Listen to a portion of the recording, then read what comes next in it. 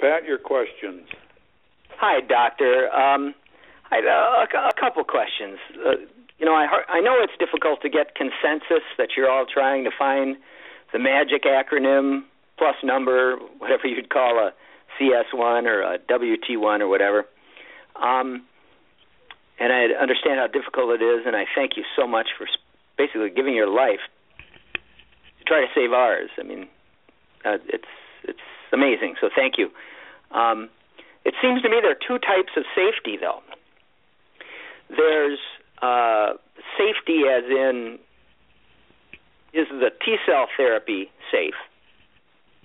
But then what about the opportunity cost lost? And what I mean is, so you're fiddling around with the CAR T-cells and you're doing this other stuff, and in the meantime, there's no maintenance, maybe no Revlimid or pomalidomide or Velcade or Kyprolis or whatever. Isn't there a danger from that aspect also?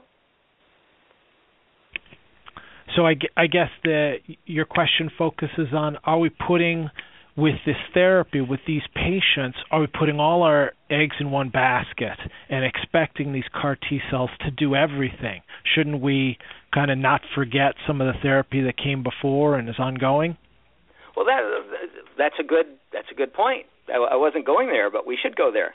No, I was just thinking that while you're doing, for example, another doctor that we're considering supporting is working, and his target is WT1, and so you go through this process, and if that doesn't work, you haven't been using the tried and true drugs that have been helping keep a patient's myeloma under control.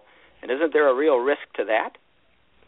Well, I mean, the patients that, are eligible for this trial have in many ways been there, done that. They've seen most or all of the effective therapies, and there's not much else that can be safely given. Sure. So these patients that we think of here, or that are eligible for a good section of these trials, don't have a lot of other options, or if they do have other options, it's clear from the pace of their disease that the current options are not sustainable. There certainly are clinical trials there certainly are experiments ongoing at our center and others that are looking to combine CAR T-cells with other therapies to try to make the CAR T-cells more effective and to see if they're in essence synergistic or antagonistic in any way. And as you'd expect, there are experiments ongoing at many centers now looking at multiple CAR T-cell targets at the same time. If one might be effective, wouldn't it be better and you increase your chances to have 2 or even 3 CAR T-cell targets? So sure, I was going to ask about that.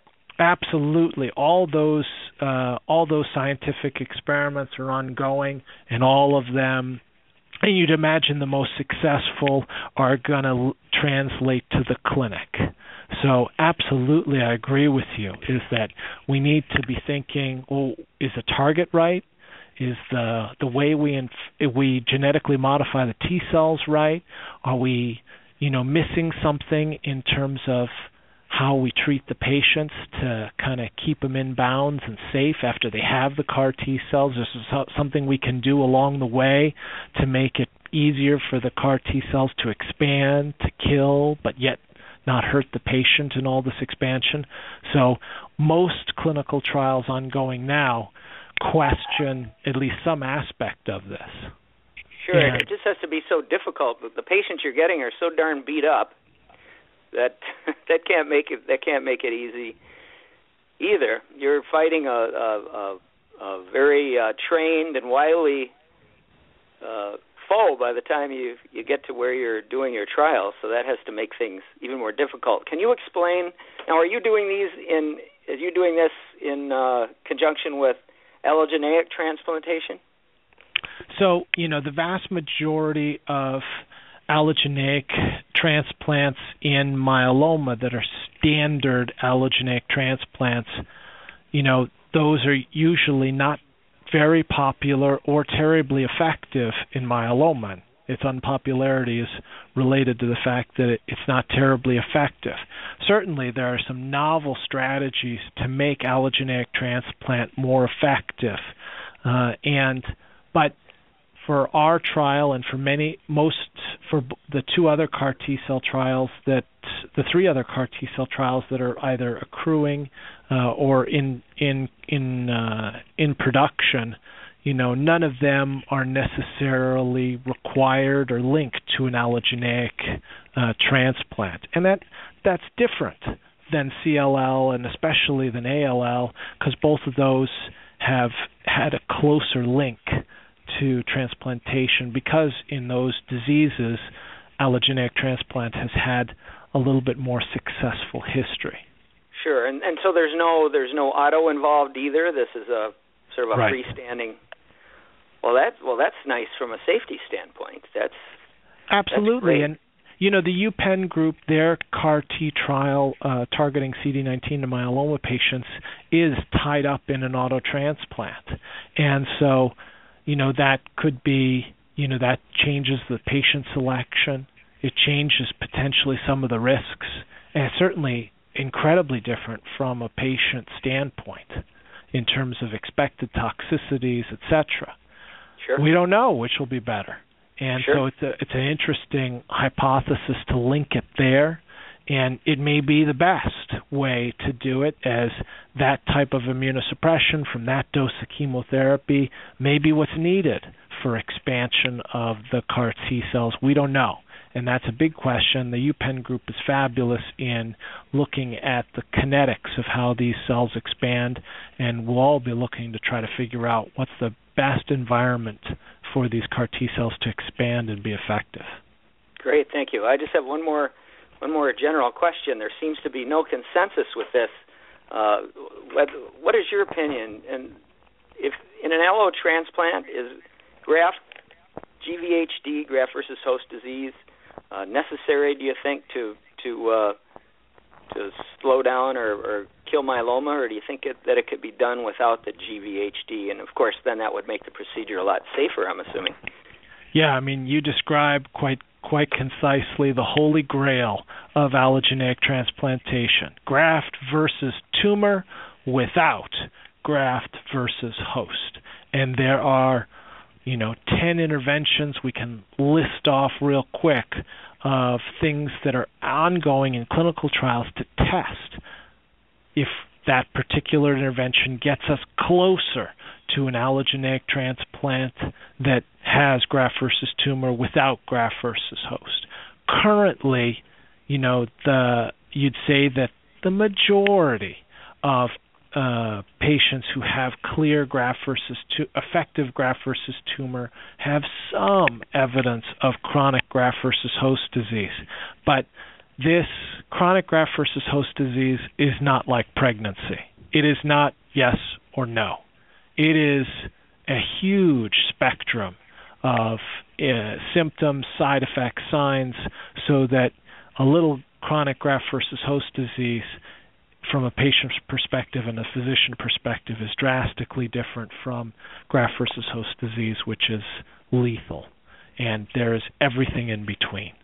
So I think that currently chronic graft versus host disease is often linked to effective graft versus tumor, and clearly with a lot of interventions to try to dissociate those two so we can get graft versus tumor without GVHD. Sure, interesting. Well, I want, before you describe exactly what you were trying to do and your next step, why don't I turn things over to Jack? Jack, are you there? I'm here. You can hear me okay? Yeah, I hear you great. Thanks, Gary. You bet. Jack, you're up. Dr. Hofmeister, I appreciate being able to meet you over the phone, and I'm really encouraged by your explaining this very complex issue to us. I was fortunate enough a couple and a half months ago to hear Dr. Carl June of the University of Pennsylvania speak on this subject, and he, off the side, did mention that, as you said, they tried these CAR T cells modified CD19 on a few myeloma patients, and he further indicated to his surprise, some of them showed some response, and he wasn't sure why, because as you indicated, CD19 is not much of a marker on myeloma cells. And I was wondering if we understand more about why there was a response now, and was the response a durable response, even if it's only a few months? So I don't have an update on durability. He did describe this data at the American Society of Hematology meeting in December 2014, and I have not heard an update since then. And, CD19, Carl June is a wonderful scientist, and he's right to be questioning and be a little bit surprised that you'd see a response, because it's not thought to be a characteristic marker of myeloma. But even a small density of this target on the cell surface may be enough for these CAR T cells to have activity and to be effective anti-tumor agents if the target is present, even rarely, on the cell surface. Now, the question is durability, just as you say. Do the cells, are we able to create genetically engineered CAR T cells so that they persist in myeloma? Because we don't necessarily know that they'll persist in myeloma as well or as long as they did in ALL or CLL. And the next question is, just because you are able to kill all the myeloma cells that even have rare expression of CD19, does that just mean that we nip off some of the clones, but that resistant clones that are CD19 negative won't creep up? And to my knowledge, those questions are not yet answered from the UPenn group. We know that from the NCI group, for their BCMA CAR T trial, that there are some patients who don't express BCMA. Their myeloma, the predominant clone that presents in those relapsed patients didn't have BCMA, so they couldn't enroll on the trial. We don't know what percentage of relapsed myeloma patients are BCMA negative. So we're interested to see how effective that would be, and it's literally on the tip of your tongue and brain that, oh wow, wouldn't it be great if we could do 2 CAR T trial targets at the same time, or 3? I just find my brain heading there super quick. But I think that because the risks are so significant, we have to keep plodding along bit by bit to be sure that we don't all jump on the bandwagon of a therapy that's too dangerous. With your decision to build the CS1 CAR T cell, you're doing that because more myeloma cells express CS1, and that's the reason elotuzumab, monoclonal antibody for CS1, has been developed as well, correct? Yes, it's our hypothesis that the majority of relapsed myeloma patients have CS1 on the cell surface of myeloma, and it's our hypothesis as well that we think it's less likely that we'll have CS1 negative myeloma cells in patients than the other targets that we tested. I was going to ask, do you ever envision elotuzumab, the monoclonal antibody, and the CS1 CAR T cell being used as part of the same treatment? But maybe that doesn't make sense if you believe that all of the myeloma cells in a relapsed patient already have CS1 present. And I think you could conceive that an antibody targeting the same thing would compete for the same targets, I guess, even though these antibodies are going to wash out, whereas ideally the CAR T cells won't. What we think about is, well, are there ways to make the target more dense on the cell surface of myeloma cells. So could we give a patient a drug that increases their expression of the target, CS1? Or could we give the patient a drug that when the CAR T cells are bathed essentially in this drug, that they're more effective killers? Or even on the other side, that if they're bathed in this drug, they kill, but they don't kill so rapidly, because that has also been a source of significant side effects for patients who have CAR T cells expand too quickly in patients when the CAR T cells get in there and all they see is target. Sometimes it's like a bomb going off, and sometimes you want that to be muted. And you mentioned earlier the idea of creating a CAR T cell that not only targets CS1 but would also target CD38 and the other antigens that are being looked at via flow, the 6 or 8 others. I mean, and you think that's possible to create a CAR T cell like that? Yes. Cool. And I guess the last question, I got this again from Dr. June. He envisioned a time where you might almost think about CAR T cells like blood banks, where you could have these CAR T cells on a shelf being given to a patient as opposed to have to be harvested and re-engineered from that specific patient. Do you envision that as possible?